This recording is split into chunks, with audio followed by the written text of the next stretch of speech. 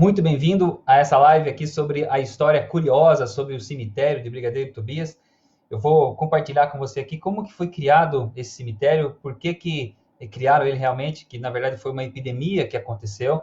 E essa história eu tirei ela desse livro.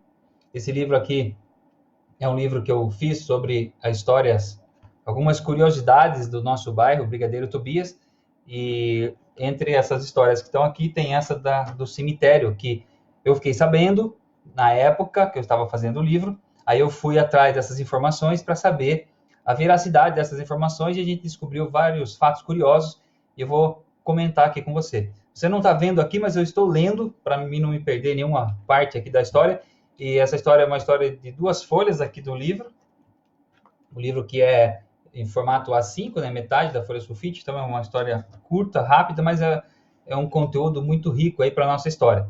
Então eu vou ler aí e você vai acompanhando aí, tá legal? Então vamos lá. Em 1873, São Paulo sofreu uma grande epidemia de varíola, e naquele tempo era uma doença fatal. Então foi a epidemia de varíola, essa epidemia é que aí começou, e aí é por conta dessa epidemia que foi criado o cemitério. Por ser contagiosa, determinava o afastamento do paciente da família e da sociedade para que não transmitisse a doença para outra pessoa, e os mortos eram enterrados a qualquer hora do dia e da noite por medo de contaminação. As mortes eram tantas que os coveiros pediram aumento dos seus salários devido ao aumento dos enterros. Segundo os moradores, os mortos eram levados a pé e em redes até o cemitério.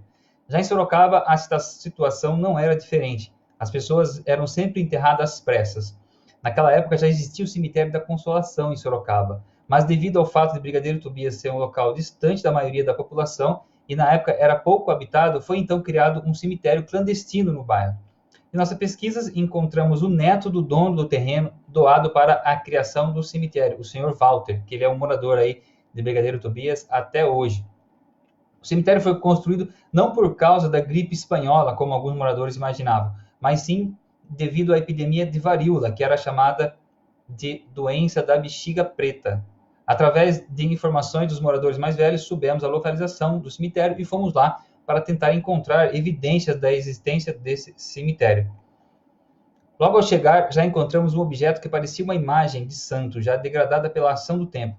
Logo adiante, alguns pedaços de mármore jogados pelo chão, juntamos e levamos para tentar montá-los. Outra curiosidade foi quando montamos as pedras e percebemos que se tratava de uma lápide da família Prestes de Barro, uma das mais tradicionais famílias de Sorocaba. O nome da lápide é de Joaquim Eugênio Monteiro de Barros, o Quinzinho de Barros, e Hortência Prestes de Barros. Esse nome, né, nada mais, nada menos do que a pessoa, né, a família que doou o espaço onde é o zoológico hoje. Eles eram donos de grandes partes ali dessa terra. Família muito rica, tradicional, e até hoje não se sabe como é que essa lápide foi parar aqui nesse cemitério clandestino. O próprio jornal Cruzeiro do Sul, na época, fez uma matéria entrevistando, né, a família negou. O jornal também entrevistou um jornalista, ou melhor, um historiador, né, o José Rubens. Quem foi o jornalista que fez essa matéria foi Juliano do jornal Cruzeiro do Sul. Essa matéria foi do dia 18 de dezembro de 2011. E também nem a família e nem o historiador sabiam da existência do cemitério, muito menos aí se for a família Prestes de Barros, alguém foi enterrado no cemitério. Então ficou no ar essa história e também aí a curiosidade por que a lápide então estaria nesse cemitério clandestino aqui em Brigadeiro Tobias, né? Então vamos lá. O cemitério ele fica localizado na saída de Brigadeiro Tobias. Quando você sai do bairro e você vai passando a primeira lombada, você passa ali na frente da antiga Tupã Estrutura Metálica. Tinha um caminho ali onde as pessoas passavam para ter acesso na Rodolfo Garcia. Então nesse caminho passava então justamente no cemitério. Então vamos continuando aqui, ó. O cemitério ficou lotado quando houve a epidemia da gripe espanhola, que atacou entre setembro e novembro de 1918 o planeta inteiro e deixou 20 milhões de mortos. A gripe agora da gripe espanhola. A gripe tomou o mundo por causa das idas e vindas dos soldados da Primeira Guerra Mundial. Vinham homens de todos os lugares do planeta. Doentes voltavam para sua terra natal e infectava mais gente, atingindo assim São Paulo, Sorocaba e chegou a Brigadeiro Tobias. No Brasil, a gripe chegou através dos imigrantes vindo da Espanha, mas hoje já se sabe que a epidemia surgiu nos Estados Unidos, no estado do Kansas, em março de 1918.